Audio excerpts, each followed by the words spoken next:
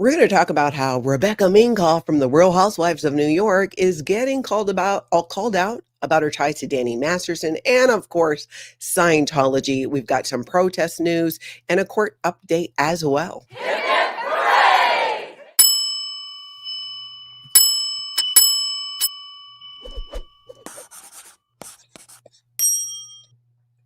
Hey, everybody. How are you? Welcome. Good to see everybody. Hello, I'm Natalie. This is Scientology, Life After a Cult. We talk about Scientology culty things, my 35 years in this cult, but more importantly, that I left with 3 generations of my family.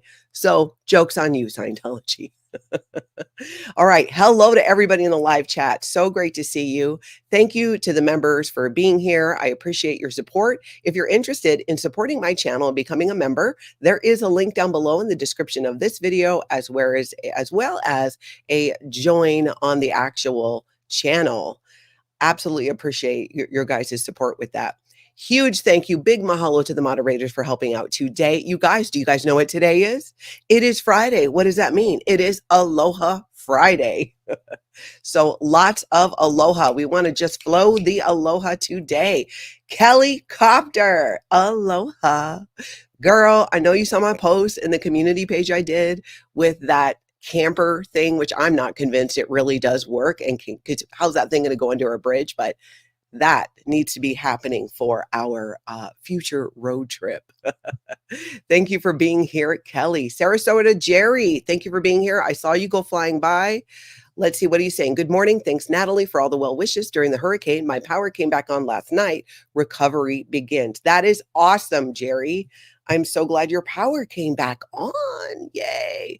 That has got to be the worst, especially when it's someplace that's so hot like Florida.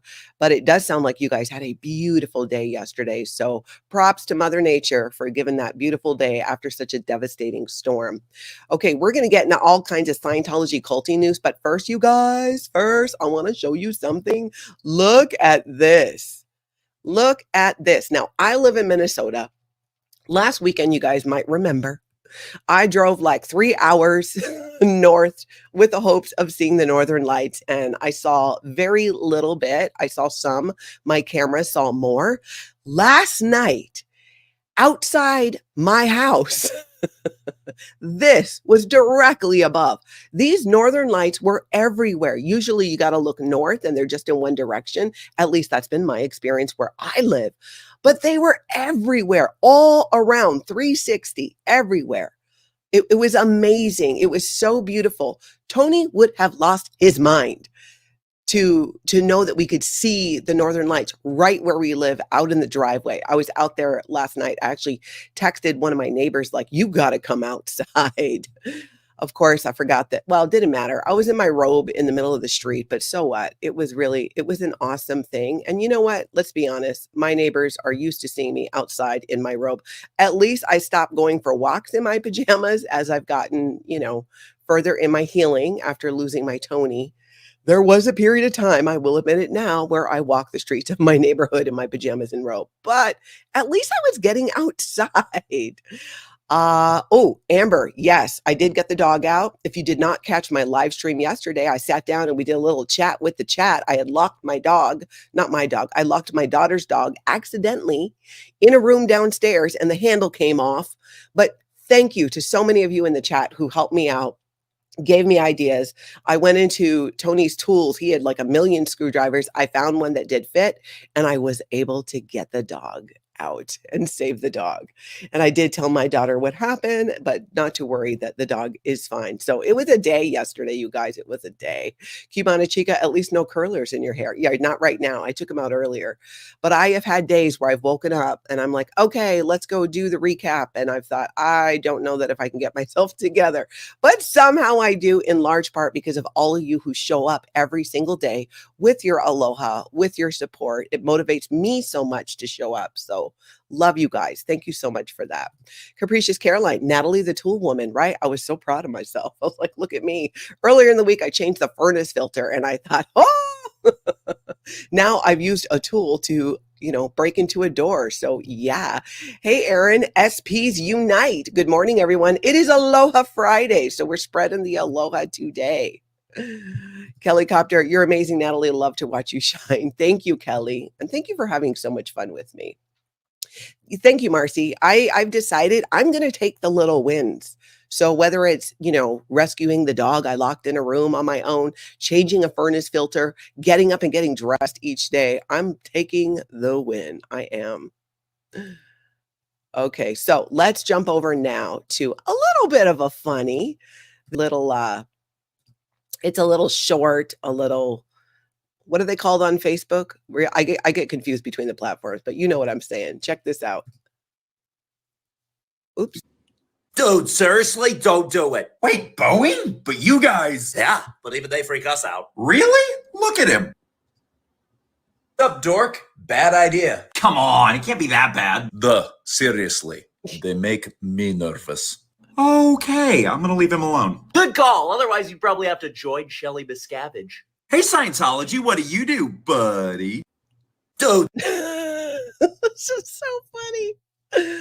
You might have to join Shelly Miscavige. Reels, that's right, Marina, Reels. So on YouTube, they're shorts. On Facebook, they're Reels. On Instagram, they're Reels. On my phone, they're videos. It's a lot to keep track of, people. I'm not going to lie.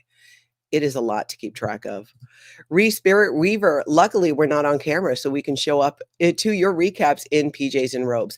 You know what? I'm one of these days, maybe on the weekend, I'm going to start doing it in my PJs. I'll have to point out, it sounds like a weekend activity. I feel okay with that. Maybe we all show up in our PJs, do a little PJ party. I like it. I like it. Okay, now let's see. Speaking of growing up in Scientology here, Erin, we're going to look at your video. He shared what the damage looked like hold on a second, in Clearwater. Let's look at this. I'm glad everything is okay, and you and the fam are okay. I love that you had that room, the safe room is what I was calling it, where the storm doors can come down, and it's all that brick. And it was funny because I asked Erin the other day, how was it? Like, that had to have been scary. He's like, it was scary. I'm like, how'd the girls handle it? And he's like, they handled it better than me. But yeah, I was just picturing them all in that, in that room, and what that must be like. That's a stressor for sure. So let's take a look at this clip. Look, I'm told those are actually not power cables. Those are like cables, phone cables. And that the power cables, if they are power cables, are up higher. But I am not allowed to cut this tree down. I have got to wait for the power company to come and take care of it. And somehow my house did not lose power. Now look, this tree did not even break. It straight up fell. Look at this. Look, hold on. It just tipped. Look. It just straight up tipped over in the high winds and the soft dirt. And yes. I was scanning and seeing if the swings were still there, because there's these two big swings that are from a tree. And you can see the outdoor furniture in the pool there. And I think I can see the swing in the background. When I woke up this morning, this pool was straight mud brown. I've added a ton of chlorine to it. I just cannot even imagine the cleanup that people in Florida are going to be doing. This is just incredible. I'm so glad that our friends are okay. Truly, I am. Vanessa says, wow, thank goodness it didn't take power lines. Could have been way worse. Yeah, you're right. Hey, you guys want a PJ party? If you guys are into it, let's do it. Marcy says, I felt like I got my steps in with Erin. Josh, you catching up on two times speed? I'm going to talk really fast. So when it's on 2 times speeds and you get here, it's going to sound like super crazy. Okay, now let's jump over, because I know, we're talking about hurricane, how people are cleaning up, and you guys are probably wondering, wait a minute, Natalie, how's Tom Cruise in his penthouse? Are things okay? Is he okay? Dude was in England. I'm pretty sure he was. Let's look at this. So this Tom Cruise can rest easy after Florida penthouse survives Hurricane Milton unscathed. So you can see his Florida penthouse there. He has a luxury condo, blah, blah, yada, yada. This is him in England. He like, some news outlets were like, he looked upset. I don't know. He's fine. Looks like this was, I can only imagine this is a newer building, I think, that they would be building it to withstand some hurricanes. He lives up here. And I do believe his sister lives, I think he has the first top 2 floors, and then he has family down below. So I don't know if this whole first chunk is Tom Cruise land and territory, and then other lower level Scientologists live under there, because you cannot tell me that non-Scientologists live in this building. I could totally be wrong. And if I am, tell me, somebody tell me. But I cannot imagine that with Tom Cruise and his family living in there, that they're letting non-Scientologists live there. Seriously. Tell me if I'm wrong. Dusty, good to see you. I'm all cleaned up already. Pool looks like a pot of coffee. Yeah, that's going to take some work. But Dusty, I'm glad you're getting cleaned up there. Oh, it's so good to hear from you guys, because we have been worried. We even knew you were okay afterwards, but with the cleanup and all that, it's just so much. Okay, let's talk a little bit about, many of us are reading Lisa Marie Presley's memoir. I'm listening to it on Audible. There is a lot of reaction coming out about this, and it's very interesting to me to see what sticks in people's heads, right? What does the media run with? And right now, it's that she kept her son's body in a casita on her property for 2 months after he passed. And Riley Keough, her daughter, says Lisa Marie Presley wouldn't care about reaction to keeping son's body on dry ice. If mom were here, she'd be like, yeah, whatever. I don't care. If people think that's crazy, they can go F themselves, the actress tells People. And I believe it. And honestly, when I first heard about this, at first I was like, wait, what? She did what? One, I didn't know you could do that, but at least you can in Florida. And secondly, I mean, my heart just broke for her. I'm not going to criticize her for doing that or fault her for doing that, especially since she had the means to make sure it was an environment in which you could do that. But how heartbreaking. I cannot judge a mother who has lost a child. I don't care how old that child is. So if that's what she felt she needed to do at the time, and she did it, and she had, things were taken care of, and I don't want to be graphic, but you guys know, you know what I'm saying. It was kept, like, the room was like 55 degrees and they kept the body cool. I mean, I cannot imagine. So props to Riley Keough for shutting this down. Any hate towards her mom for doing that. I get it. You guys tell me. I mean, I don't know. I don't know. I can't get too far into that, or I am just going to start crying. So I just can't even imagine. I cannot imagine. And if she feels she needed to do that, then she did that. I think people should leave it alone. But yeah, that's kind of the big thing being talked about right now with her memoir. And I've been checking out some other channels that are kind of, fans of Elvis Presley and the family. And I, threw in some comments. I want to hear from them too. Like, what do you guys think about the Scientology aspect? Because it does seem that it's not, there's so much to that story that's not being told. But here's the interesting thing: to people that don't know the whole story, that Lisa Marie Presley did leave Scientology prior to passing, it's interesting that even what is in the book in regard to Scientology is turning them off to Scientology.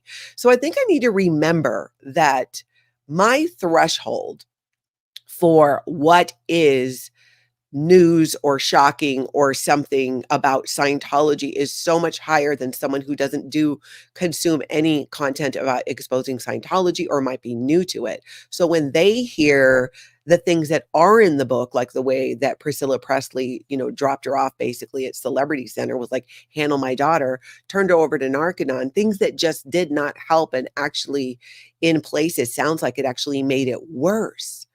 It's so the book is having the effect I'd hoped it'd have for some people about exposing Scientology, just not to the degree that I would have liked to see it, but it's opening the door and it's starting the conversation. So that's what I know about that. I'm still working my way through the book.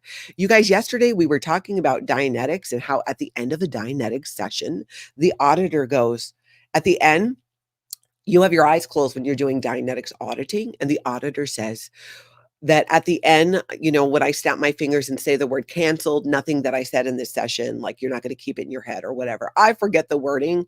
I let that go out of my brain so I could make room for important things like the names of my grandchildren and things like that. So at the end, the auditor goes 5, 4, 3, 2, 1, and then snaps their fingers. It says canceled. It's weird, right? So we were talking about this yesterday on the recap, and Paralyze to Paralyze does some amazing videos explaining to us kind of like the whole neuroscience, Scientology, Dianetics, how and why it's damaging. And I was wondering about this one part of Dianetics, and there is a video. We're going to look at a little clip which Dianetics is hypnosis, cognitive hijacking. Listen to this. Number 3, dissociation. Auditing encourages the participant to dissociate from present reality and immerse themselves in imagined or reconstructed past events. This is a classic tool in hypnosis to increase suggestibility, where the individual is disconnected from their immediate surroundings and highly focused on the hypnotist's guidance or suggestions. Number 4, emotional anchoring. In covert hypnosis, emotional states are often manipulated to make the subject more open to suggestions. In Dianetics, participants are repeatedly brought back to emotionally charged memories, amplifying their emotional state and vulnerability. This can heighten suggestibility, as subjects associate the auditor's guidance with emotional relief or distress. This is true in Scientology auditing and Dianetics auditing. It's very specific. What are you seeing? What do they really put you back in the incident. That is the goal per the book Dianetics. Put the person back in the incident, back into the trauma, and run them through it over and over again, picking up as many new details as you can. If that doesn't resolve, you go earlier similar. Was there an earlier similar time that, ABC, whatever it was? But this tie with disassociation is fascinating to me because I can totally see how that happens with Scientology auditing. I had the Holy Rogue on, you guys know, just like days ago. We did an interview. He's a former Scientologist. You can find him here on YouTube at the Holy Rogue. And he was sharing how in his Scientology auditing at the time, he had undiagnosed schizophrenia. And he had discovered or felt in a Scientology session that in a past life, he was a female who was an operating Thetan level 7. And he brought this up in the session. Scientology just runs with it. What did they want to do? They wanted to get him to buy services to verify this state that he says that he achieved in a previous lifetime. They double down on it. You could be in a dynamic Scientology session and go, oh, you know what? I just realized that I was Jesus in a past life. Do you know how many Jesuses in a past life I have run into in my 35 years in Scientology? You're not even supposed to talk about your past lives, but you hear about it. People talk. Nobody, I kind of felt left out because I'm like, I don't know, in my Scientology career, when I would go back and I don't know if it was real or not, but I was nobody famous. It was always something very benign. I'm like other people having these memories of being Genghis Khan and all these other people. And I'm like, I don't know. I think I was like a farmer. I mean, Marlene, Cleopatra's. Exactly. Girl, you got to be an ex-Scientologist. The Cleopatras, that's so true. How many? So many. That is damaging. And I get how that could create some disassociation. I really can. That's right, Mary. Just call me peasant. I'm just a commoner over here. I was nobody in the Sea organization. And apparently in my Scientology auditing, I was nobody either. Janet from another planet. Good morning. Good to see you. All right. So yeah, Deanna, I'm glad you liked it, Deanna Downey. That was a fascinating interview. Yeah, great interview. If you didn't catch it, go to my channel, go under live, scroll down. I also did an interview with Michelle, who wrote the book, Falling from a Pink Cloud. And by the way, guys, I checked this morning. It is on Amazon. This is the English version of his book, Falling from a Pink Cloud. You can find it right now on Amazon. You can get it on Kindle. And it is his story of being actually in multiple cults, but in Scientology from the age of 12, he joined the Sea organization. And what happened from there is outright, it's crazy. So definitely one to check out for your books exposing Scientology. Check it out. All right, now I'm going to jump over to Marilyn, Coffee, Cults, and Crafts. She did a video about black and white thinking. And a lot of times it doesn't matter what cult you were in. This idea of black and white thinking is such a part of it. And for me, this really spoke to me because as a former Scientologist, cutting and stopping the black and white thinking, you're with us or you're against us. There's just right or wrong, that is just this black and white thinking, which is a very cult mentality way of thinking. So this spoke to me. So let's take a look at a clip from something she was reading. What is black and white thinking? Dichotomous thinking, also known as black or white thinking, is looking at life in absolutes or extremes, which contributes to interpersonal problems and to emotional and behavior instability. Many people experience dichotomous thinking sometimes, but it can be a problem when extreme conclusions about yourself, other people, or circumstances interfere with your emotional stability. Relationships, and decisions. This extreme thinking can cause serious overreactions or emotional responses that may result in significant consequences if you tend to behave impulsively in response to your extreme feelings. Whether it's breaking off a relationship or poor work performance, dichotomous thinking can affect your quality of life. That is so true. When I was in Scientology, one of the things they used to control us was black and white thinking. Think about, there's a policy letter by L. Ron Hubbard called Keeping Scientology Working. It is at the start of every major Scientology service. What is L. Ron Hubbard saying there over and over again? One, we rather have you dead than incapable. You're here in the same terms as the rest of us. Win or die in the attempt. It's very much this vibe of like, you're totally with us or you're totally against us. People are in or they are out. There is no in between in Scientology. That really limits your thinking. And especially if you have any underlying, trauma or mental health issues, it can trigger some very extreme emotional reaction and thinking. And it is not good for the individual. And this is one of the ways that Scientology keeps people trapped with that black and white thinking, trying to keep them in that box so that they don't question. Because when you have black and white thinking, you can't question. And you'll see this in so many other cults. I've heard it from people in the Jehovah's Witness community, in parts of the Mormon community, in other cults and high control groups, in Waco. Black and white thinking is it's a control mechanism. And it took me a long time to move away from that and realize that there's actually this whole spectrum of colors and ideas and points of view and ways to look at something. And you don't even have to stay in the same one all the time. You might just shift. You might just look at something differently one day and go, oh, okay, I'm seeing this a little differently, but you get to do that. You get to think with these things. It's not so black and white. I love that, Marilyn. I thought that was great. I love that you share that. I think it's applicable to a lot of cults and also to other high control groups and even abusive relationships. I feel like many of you who've maybe had some trauma in your childhood with family members might be able to relate to that black and white thinking. You're just, you're wrong or you're right. There's like no in between. All right. Now, you guys, wait till you see this. Everybody get ready to throw up in their mouth just a little bit, just a little. Get a tissue. All right. Let's look at this. This is put out by Scientology. So fair warning. But I'm like, we got to talk about this because this is hilarious. This is 5 things you may not know about David Miscavige. Kelly Copter, I feel like we should have saved this for a reaction video, and maybe we should still do it. Thousands of Scientologists are alive today who personally met, interacted, and worked directly with the founder of our religion, L. Ron Hubbard. Scientologists are very fortunate to still be so connected to him. Okay, first off, what is with this line?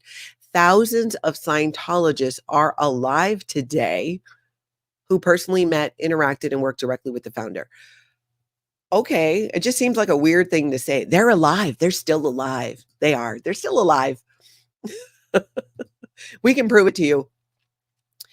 Well, I'm not lucky enough to have personally known L. Ron Hubbard. I am lucky enough to have met the ecclesiastical leader of our religion, David Miscavige, on several occasions. Each meeting has been unique and left an extraordinary impression on me. There are a few things I think people would be surprised to know about David Miscavige, though I thought I would share them. As we go along, my friends in the chat and on the replay, I would love it if you put in your own fun facts about David Miscavige. What do you know about David Miscavige? Throw it in that chat. If you're on the replay, throw it into those comments. All right. 1, David Miscavige is humble. Oh my goodness. This right off the bat. Bleh. You know what? We should wake up Osa for this. It's Friday. It's Aloha Friday, but I got to be a little aggressive. David Miscavige, wake up your people. Office of Special Affairs. We're going to talk about how crazy this is and how it makes Scientology look worse than it actually is, because none of this stuff is true. But pay attention, Office of Special Affairs. Let's go through this. Let's go through it. Okay. Pulling this back up. He's humble. I just cannot. I cannot.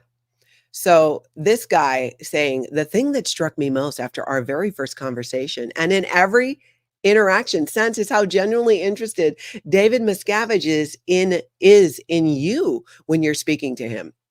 Okay, first off, I don't know, did anybody read Jeff Hawkins' book?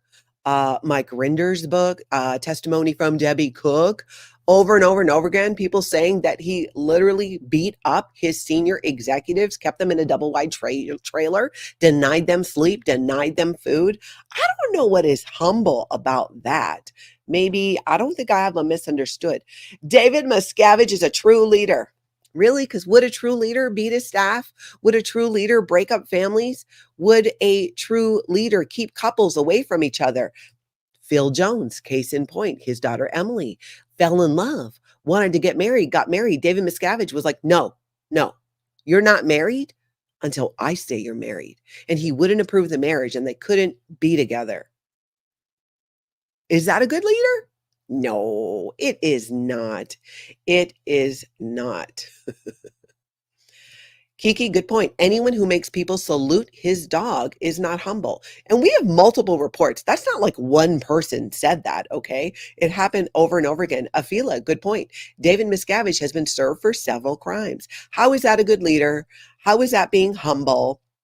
Atkins, I'm with you. Can't stand it. Exactly. Okay, let's look at a little bit more of this before we just cannot take it anymore. Blah, blah, blah. I love David Miscavige. David Miscavige is a gifted artist. Okay, I've not heard this one before. As someone from a music and arts background myself, one of my favorite aspects of the way David Miscavige approaches his work is that he is an artist who understands the importance of aesthetics and creativity and communication. Really? Really? What is it when you're beating people and locking them in places? Is that creativity and aesthetics? That's an interesting aesthetic, Mr. Miscavige. One of Mr. Miscavige's early roles within the church was working directly with L. Ron Hubbard as a director of photography. Way I heard it, he was a cameraman. But okay, director of photography, we will give you that. Blah, blah, blah. David Miscavige has helmed the Scientology religion for more than 3 decades. That's true. At this point, David Miscavige has run Scientology more than L. Ron Hubbard did. 5, David Miscavige was L. Ron Hubbard's trusted friend. Lie, lie, lie. David Miscavige was not even supposed to take over Scientology. It was a couple, the brokers, Pat and Annie Broker.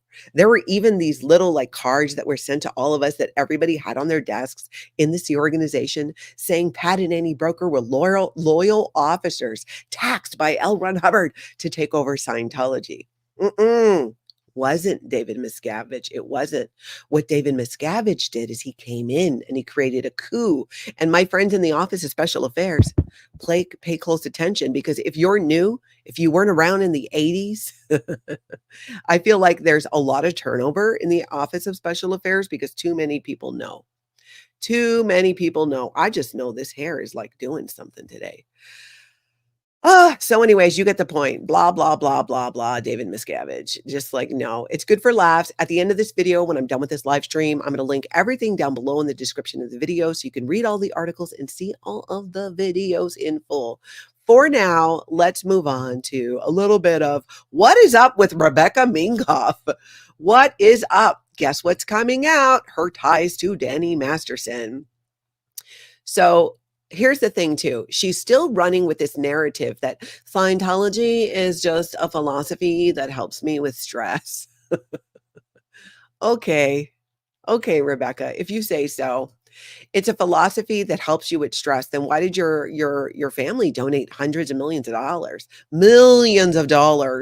to Scientology for just a little organization that just helps you with a little bit of stress now and then, but really that's really not your bag so much. She's trying to downplay it.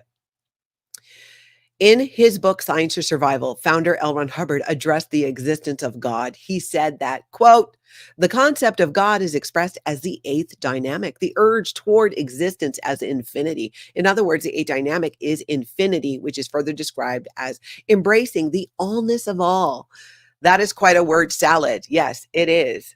So this kind of goes into kind of calling her out on it and what she's saying, and that it's not my job to, tell people about Scientology. No, but there are a lot of questions and you might want to be prepared to answer them by saying more than just read a book. Her castmates on The Real Housewives of New York have mixed feelings about reactions to her beliefs. We didn't have to wait long to hear what Rebecca castmates had to say about her religion. In episode 2, which just happened, Bryn Whitfield asked the designer what they should say if the press asked about Scientology. Rebecca suggested they either refuse to comment or simply send them over to her because Bryn is a publicist. She reminded Rebecca that a no comment is not sufficient. I just tell people, if you're curious, read a book. I'm telling you, that is the reaction. That is what, basically, if you ask a Scientologist, that is the standard response. Hey, tell me about Scientology. Well, you know what? You should really read a book. Here is a link to Amazon, or here is a link to a Scientology organization. We heard, do you guys remember when Kirstie Alley was on Big Brother? She said the same thing. Hey, Kirstie, what's up with Scientology? What's up with all that? Read a book. You should really read a book. That is just, that's how you answer it. Susan, in my humble opinion, everything about David Miscavige is barfable. I agree. Oh, and everybody, please welcome Susan. She is one of our newest moderators here on the channel, helping out. The other day, I was doing a video in the middle of the day, and as per usual, forgot to tell the moderator team. And Susan was in the chat being super helpful. And so I was live and I just threw a wrench at the girl and she caught it. So thank you, Susan, for your help and helping out. She'll be greeting everybody and saying hello. So please give some aloha to Susan while you're here in the live chat. If you're catching it on the replay, jump in those comments too. And let's give her a good aloha. Let's see. That's right, Stasia. Word salad and excuses, the usual religious tactics. So the thing with Rebecca Minkoff too is what's being dragged up again in the media and across the Bravoverse is her long history with Scientology, but also Danny Masterson. So this is just one of many articles, you guys, out about this. Same stuff we've already covered before, but they're bringing out, there's an image here. I put it in the thumbnail. Is this the article? There you go. This is her and Danny Masterson back in the day, hanging out. What was this? At a show. And so this was fall 2004. Yep. Hanging out with her bud. And I'm pretty sure this was the time too when he was actively committing his crimes against women. I do believe it was during that time. And as you all know, Danny Masterson is now in prison serving time for what he did. So Rebecca Minkoff, that's coming up. That's making the rounds in the media. I'm seeing I can't even keep track of how many stories are out about this and people that are talking about this. Truly, I cannot. It's so much. And if you've been with me for a while, we've talked about this for a long time, but I will continue to bring it up as the Bravoverse plays catch up on what's really happening with Scientology and what it's really about. Okie dokie. Let's see. Where are we? Thank you guys for welcoming Susan and giving her alohas too, by the way. I appreciate that. All right. There is a podcaster, YouTuber named Matt Bernstein. And he did a podcast so actually, we're going to look at a clip, but I'll give you a little bit of backstory. He said something about Taylor Swift. And if you don't know, Taylor Swift's community is referred to as the Swifties. And they went at him. And they went at him hard. Apparently, he had death threats. It was a whole thing. Well, he had watched, what is it he had watched? He had watched the Lawrence Wright documentary. I'm not sure if he read the book, but listen to what he has to say in the comparison that he's making with Scientology. And I just learned about this, you guys, stan culture. Did you guys know what that was? Apparently it is like extreme fandom. I didn't know about it. I mean, I guess I remember the Eminem song. I'm assuming that's what it comes from. I am super late to the party on this, but give me a break. I just got on YouTube in December. So this whole stan culture has to do with extreme fandom, which he was experiencing when he was on the receiving end of some hate from all of these Swifties. And what's interesting to me, though, is the tie and the correlation he makes with Scientology. Listen to this. Taking notes because I was like, this feels religious. Mm-hmm. The way these people are attacking me, a few weeks ago, for the first time, I know I'm late, but I watched Going Clear, the documentary about Scientology. It's never too late. It's evergreen. It's great. And if you haven't seen Going Clear, it is a good one to get a fundamental understanding of Scientology and also to just understand how kind of the in-group, out-group psychology of cults work. But one thing that Scientology is, notorious for is going against its defectors and going against outsiders. And as this was happening to me, for, again, my most mild criticism of Taylor Swift, I was getting this onslaught of harassment that felt like the stories I was hearing about in Going Clear. Evangelical. And so I started taking some notes about like, okay, what about this feels religious to me? And here is what I wrote down. The things that make stan culture feel fundamentally religious. You have a deified figure, whether it's a pop star or a CEO like Elon Musk or an influencer like Andrew Tate. Now, he goes on to explain in detail, kind of like how he got to this conclusion. And I just thought it was very interesting. And I like Taylor Swift. It's, I'm not really her demographic, but I do like her in music, and I think she's very talented. And she has a humongous following, and she is a woman with a lot of influence. So I get how this can happen, but I never thought about it in terms of, stan culture, which is a new concept to me that I'm learning about. But I thought it was so interesting that he made that correlation with Scientology and the way Scientology goes after their critics. It's just really, they're over the top about it, right? Let's be real. The extremes that they go to with planting rumors and trolls in chats and groups to stir up trouble, to share information about somebody who is critical of Scientology, who is exposing Scientology. Anyways, very interesting. There'll be a link down below so you can watch the whole video. But for now, we got to go to Boston. Everybody jump on the Aloha jet. We're going to Boston because, you guys, we talked yesterday about how Cubs champion had that run-in with that unhinged Scientologist who completely threatened him and just screamed a whole bunch of spicy words. Over what? I don't know. It's just the Scientologist just went off. And are we surprised by that? I know this is shocking.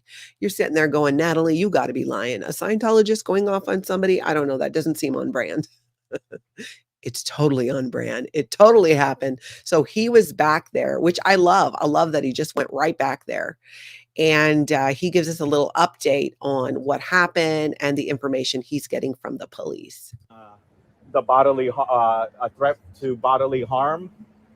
Today, I went on the actual website for the Mass Gen law and everything.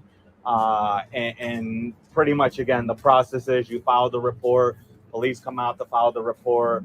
A detective will review it. They'll give you a call, and then it goes to the DA. It's such a big process. I don't know why they couldn't just arrest them there. And also said on there, like when I kept reading more and more, because the law is huge. It's not just a few words. Like it's huge. I kept reading more down. It also said that the victim does not have to fear for their life. I don't have to prove that I had a fear for my life. All I have to do is feel that the threat was legitimate, and it was, according to my live or that clip and in the live, the video from the clip from the live He was very passionate, very angry, and he That is so true. And he caught it all live on video. And here's the other thing I love about Cubs Champion. If you guys remember, Scientology Audit Streets LA, William Good was on my channel. He sat down with me, what was it, last Saturday? So maybe a week ago. And he gave some tips for protesting and live streaming in front of Scientology locations.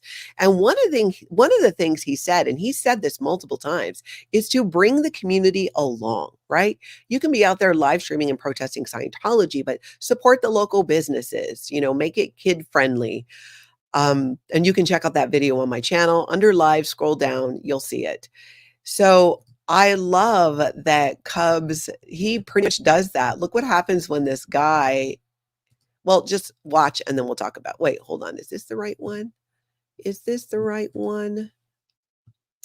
Hold on. address you looking for? What I It is. So this guy's, he's looking for an address and he's just offering to help him. address you looking for? So it's probably further that way. Yeah. So I just wanted, I'll watch your car, man. Thank you. I'm pro. Yeah, I'll stay in here. You don't mind if I stand right next to you just in case? No. Okay. Yeah, I got you. Oh, okay. Yeah. Yeah, I'll watch you, bro. You're good. All right, so we're on duty to watch this guy's vehicle. I mean, just so helpful. Here's some directions. I'll watch your car. I just love that. And I thought Streets LA shared some great advice where you can take the community with you, because this is a public relations battle with Scientology at the end of the day. Scientology is going to create this narrative, as they have, that protesters and live streamers are violent, that they're criminals. This is what they tell their own people. But then when people actually see people outside live streaming and protesting Scientology and being helpful and just sharing the truth about Scientology, it's a different experience. And the neighbors and community members see that as well. So I love seeing that. Okay, let's now go over from Boston. Let's turn things around and head over to Seattle, where Moose on the Loose has been. And Scientology is still doing the blind tech, you guys. I thought they would have given up on this, but look at this. As he shows up, and he was out there the other day, so he went back again. Scientology Seattle employs their famous blind tech. Memorize that number, my man. And this is, I'm positive, is a second generation Scientologist. This guy looks very young. I don't know if he's in his teens. He could be in his early 20s and he just looks young. You should be able to shatter and confront me. Her as well. But let's just close the blinds. Let's just close all the blinds. Don't make eye contact. Don't look at Moose. Don't look through the window. They're probably telling him, don't look, don't read the sign. If he's got a sign, it might have confidential squirrel operating Thetan level 3 stuff about Xenu and all that good stuff. So you never know. Marlene, thank you for the reminder. Everybody go show some aloha.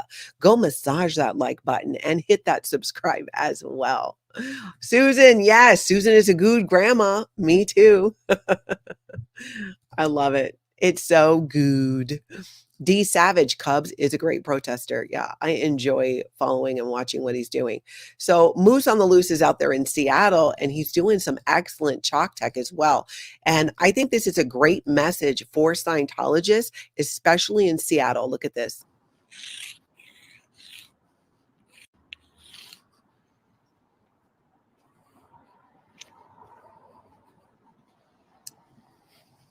Family is important.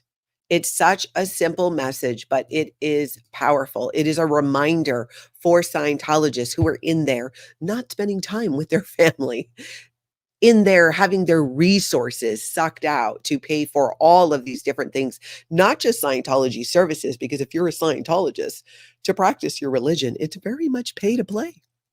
But also the front groups. They have to support the Citizens Commission on Human Rights, because that psychiatry industry of death tour is not going to pay for itself. No, it is not. They have to support it. Scientologists have to pay this. They pay money to the International Association of Scientologists that basically spends that money harassing people who are exposing Scientology. Yeah, we are on to you, Scientology. Afila says there's an English school in the same building. They all know Cubs. He's super friendly to them and has told them about the cult. That is excellent and super aloha. Now, their experience, what they know about Scientology, and now here they see somebody that, they see as being a reasonable person presenting information to them, will be very impactful, and it sounds like it has. And I mean, let's be real, most people know when they hear Scientology, the first thing they think is cult. Yep, Marcy, way to go, Cubs. I agree. Let's see. David Bruce says someday there will be a series or movie of movie thrillers called Escaping Scientology. Oh my gosh, I hope so. There totally could be. Okay, you guys, we're going to jump over and go look at Voila, aka Bridget. She has a channel here on YouTube. Here's what I'm super excited about, if you can't tell. She's doing it in French. So when we can have more channels on YouTube of people exposing Scientology in different languages, that is amazing. And Bridget's got a channel. Hold on, I'm going to pull it up. We're going to take a little look at it.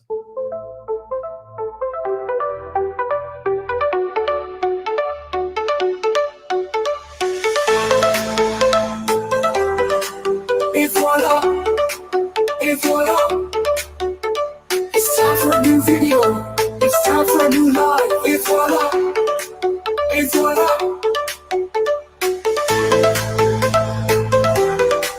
It's voila. It's voila. It's time for a new video. It's time for a new live. It's voila.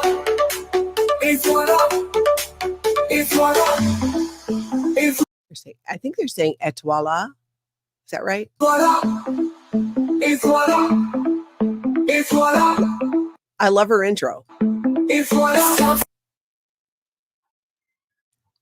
Hello, everyone. Here a new interview for you all. Just that you all know, this interview will be held in French. Now, I'm going to link down below the full video. It is in French, but this is exciting that someone is doing, content and exposing Scientology in other languages. I think this is fantastic. And remember, if you guys see something, say something. Send me a link, timestamp, tell me what I'm looking at, clip, article, whatever. Send it to Natalie at lifeafteraccult.com. I think that's fantastic. Link down below. She interviewed, I believe it was a French ex-Scientologist. Absolutely fabulous. Anna, yes, French is such a beautiful language. Absolutely. I just love her intro too. It's so fun. Isn't it? That's cool. Yes. Kathy says, that's awesome. All right, we got some big news now out of Denmark. Many of you follow, and if you do not, if you are not subscribed to Scientology Up North or RHONY Hub Cult, you need to, because Scientology Up North shared news about a restraining order that, of course, Scientology was attempting to get the police to cooperate on. And there was this whole okay, are they, aren't they? Very stressful situation. They were trying to find any way, as Scientology does, I know this is no surprise to you, to shut down what was happening in Denmark with the protests against Scientology. Well, let's hear it from the woman herself. Scientology Up North shares an update about this. Good evening, good morning. It's 8:30 over here. I have amazing news. I was on my way to work, sitting in the bus, and I got a letter from the police. And they have decided that at the moment, there is no grounds to give me a restraining order. Sorry, it was just for me.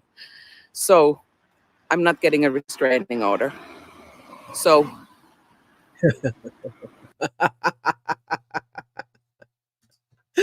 link down below. You're going to want to see the full video. I'm going to link it down below right when we're done here. But bravo. That is such great news, Miriam. Absolutely. I do believe she's in the chat. I thought I saw her go flying by. Let's all give her some aloha for this. She's been working really hard out there in exposing Scientology. She's someone who's never been in Scientology, but is all in on ending this cult. We've seen her out there with RHONY Hub Cult, who is a former Sea Org member. They've been working together. They're doing great stuff. So everybody, please give her a shout out in the chat. If you're catching this on the replay, give her some love in the comments as as well. Lots of aloha. I just love what's happening. I love that got taken care of like that. Yeah, that's right. Power lies to paralyze. Love her. Me too. Me too. Miriam, just love it. Love it, love it, love it. Haley, yes, it's awful. They are misusing temporary restraining orders to stop protesting. Total butt mud. Butt mud. That's funny. And they're not going to stop. It's what they do. That's why they have Kendrick Masterson full time. That's like all he does is these BS made up cases to harass people who are just exercising their First Amendment right. Just tie them up in court. That's the whole thing. Scientology doesn't take people to court or get these restraining orders. I guess they'd love to be able to win, but they do it most of the time knowing they're not going to win. They just want to drag it out. They want to keep the person away. Because in the US, it might be different in Denmark, and in California, once you have, until you go to court, that person has to stay away from that location. So Kendrick Masterson's job is to drag out that court, that trial, that hearing, whatever it is, for as long as possible to keep that person away from the blue buildings, away from Scientology locations. And their goal also is to drain as many resources as possible in the process and to exhaust people and try to discourage them from protesting Scientology. Hey, Mike Brown, good to see you, my friend. Good to see you. Good to see you. Aloha, Mike Brown. It is Aloha Friday. So we're having all kinds of fun here, talking about lots of Scientology culty stuff, including something that happened in Australia. Let's take a look at this. This is a little bit of real estate news, which I love. Aussie headquarters of Church of Scientology sells in multi-million-dollar deal. The Australian headquarters of the Cult of Scientology. You guys know I can only say church so many times for them, and then my brain can't do it. The Australian headquarters of the Cult of Scientology has sold in a multi-million-dollar deal. The Adelaide office and worship space, please give me a break. Worship space of the SA faction. What is the SA? What is SA? I know it's not what I think it is here. Well, whatever it is, basically, it sounded like it was sub 3 million, maybe it was under 3 million. Here you go. The Australian headquarters of the Cult of Scientology has sold after 2 months on the market. So here's the thing, though. Here's what got me interested, and here's what I wanted to share with you. The photos, you guys. Listen to this. The sale offered a first-time glimpse behind the scenes via pics posted on realcommercial.com.au. Okay, so they're selling it, and all Scientology stuff is in there, and these are the photos they used to sell the building. So basically, it's like the realtor. You know how people go into a Scientology organization, try to infiltrate it so that we can see photos of the inside? It seems like a realtor did this in Australia, and we get to look. A large information center that displays books by Scientology founder L. Ron Hubbard is located in the front part of the building. All right, look at, are those folding? I cannot. Are those folding chairs? Oh my God, those are folding chairs. Hey, no hate against folding chairs. I love a good folding chair. But with your millions of dollars, Scientology, why are you doing the folding chairs? What is up? What's happening? What's happening here? Now listen to this. This is hilarious. A second room appears to have been set up as a worship lecture hall with a bust of L. Ron Hubbard taking center stage. Do you guys see it? The bust of L. Ron Hubbard. These things are in every Scientology organization. Oh, thank you, Molly Man. Hope I'm saying that right. SA equals South Australia, one of the states. Thank you for that context and clarification. All right, so yeah, bust of LRH is there. The big ideal banner. I don't think Scientology is happy that these photos are out like that, and which makes me so happy, but let's give them props. No folding chairs in here. They have what looks like real chairs. Now look at this. Perhaps the most compelling image is a bunker-like theater room with just 2 chairs. A bunker-like theater room. You hear this, Scientology? This is Office of Special Affairs, my friends. Office of Special Affairs. This is how people in real estate are describing Scientology. Bunker-like theater room with just 2 chairs because, you're not going to have more than 2 people in there, maybe. I don't know. The property also includes a number of office spaces, classrooms, and garaging for 1 car. Oh, there's a 1-car garage that comes with it. So that's their course room. You can see, at least we have, these chairs have wheels on them. I love a good chair with wheels. You could slide around. Those are demonstration kits on the table. Every one of those tables has a bowl with a bunch of knickknacks in it. Those are what Scientologists use to demonstrate concepts in Scientology. They get all these little pieces and they move it around to show what it is. Haley says, that small room is giving me anxiety.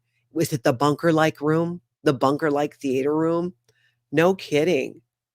I'm telling you, Lori, they must have another location. I don't know if this was like a testing center or smaller location. It's definitely not one of their ideal locations, despite the banner that says ideal, because they would have all of the panels, all of the TV screens where people come in and sit there and learn about Dianetics from watching something, because Scientology doesn't trust their own people to talk to people about Scientology. Because, as you all know, what is the first rule in Scientology?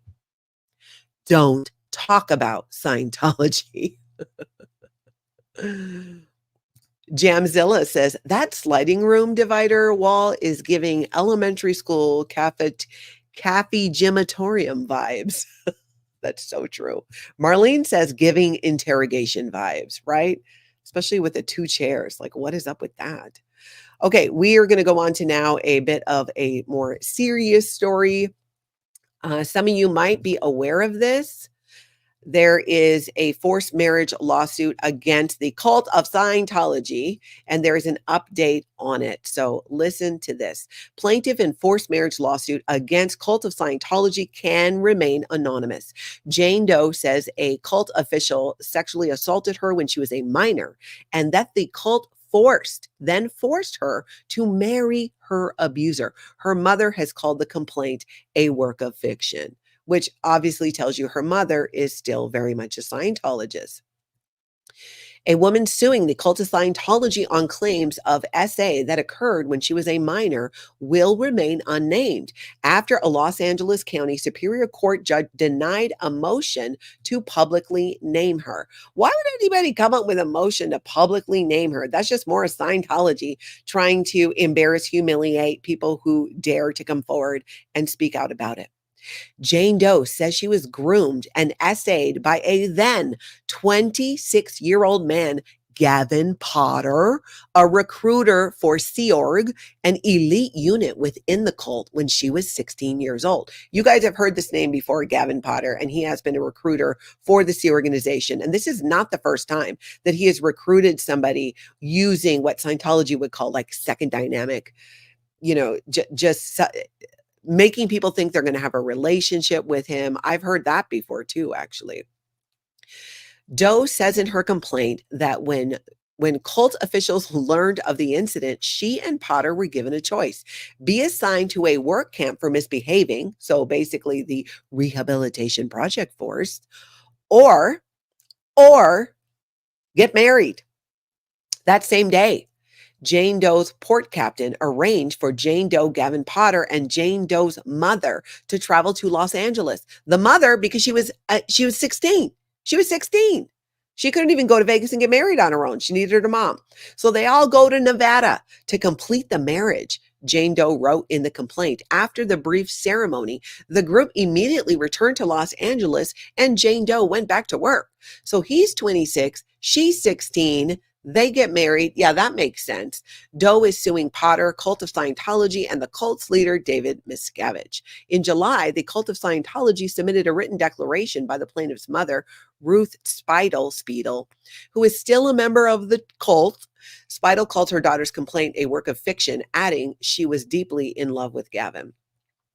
Speidel claims that it was she herself who planned not one, but two weddings, the first in Las Vegas for legal purposes, the second a lavish wedding in Los Angeles 2.5 months later at the Beverly Wilshire Hotel with 350 guests in attendance.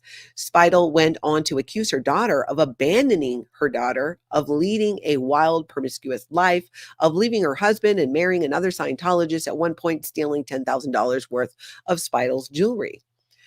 Wow, way to like throw your daughter under their bus there. You know what I'm saying? It's like, come on. It's like, even if you have a disagreement, you're going to say this kind of stuff about your daughter? What do you want the public to know who this person is when you already know who it is? LA County Superior Court Judge Kevin Brazil asked during Thursday's hearing. There's an insinuation that the Jane Doe is a victim, said Potter's lawyer, Daniel Reback, a partner at Crane & Smith. She has named her ex-husband my client. She's accusing my client of slanderous allegations that she says happened 30 years ago. She names my client by name. She did not have to do that. He's been subject to public ridicule. It's simply unfair. Oh, it's so unfair. It is so unfair. It is so unfair. So unfair when Scientologists and former Scientologists come forward to expose these crimes. It's so unfair. I mean, who's thinking about the perpetrators here? What about the perpetrators? What about their feelings? What about that? I just cannot with these people. So I'm going to link this whole thing down below. I'm not going to read the whole thing because it goes on for a little bit, but here is also a part of it that's just gross. A trial date for the case has not been set, but the judge indicated that it would likely be held in late 2027 or early 2028 unless it goes to arbitration. 2027, 2028. Well, we'll see what happens. I say hang in there. Hang in there. Okay, everybody, let's see. I want to make sure did I grab the questions I need to grab? Bonnie Lucas shared, and this is in regard to the Lisa Marie Presley having her son's body at home. There's a family story about my great-grandfather passing in winter, and he was kept out on the porch until he could be buried. Yeah, back in the day, I mean, it is how people did it. And they would keep their loved ones after they passed in their home for a period of time. This was not unusual. In more modern days, we don't do that now, but I get it. I just I just can't judge a grieving mother. I just cannot. I cannot. Let's see. Okay, you guys, here's what's going to happen. I don't know. It's Aloha Friday. I'm probably going to jump on later because I want to catch you guys up on some stuff. I had so much fun sitting down and chatting with so many of you yesterday. So when you hit that subscribe button, make sure you hit the notification bell as well and set it to all so we can chat later because we've got some things to chat about. I did free my dog, but some other stuff has been happening and we're going to talk about it. In the meantime, everybody, hit like, hit subscribe. Most importantly, get out there. It's Aloha Friday. Get out there and have the most amazing cult-free day.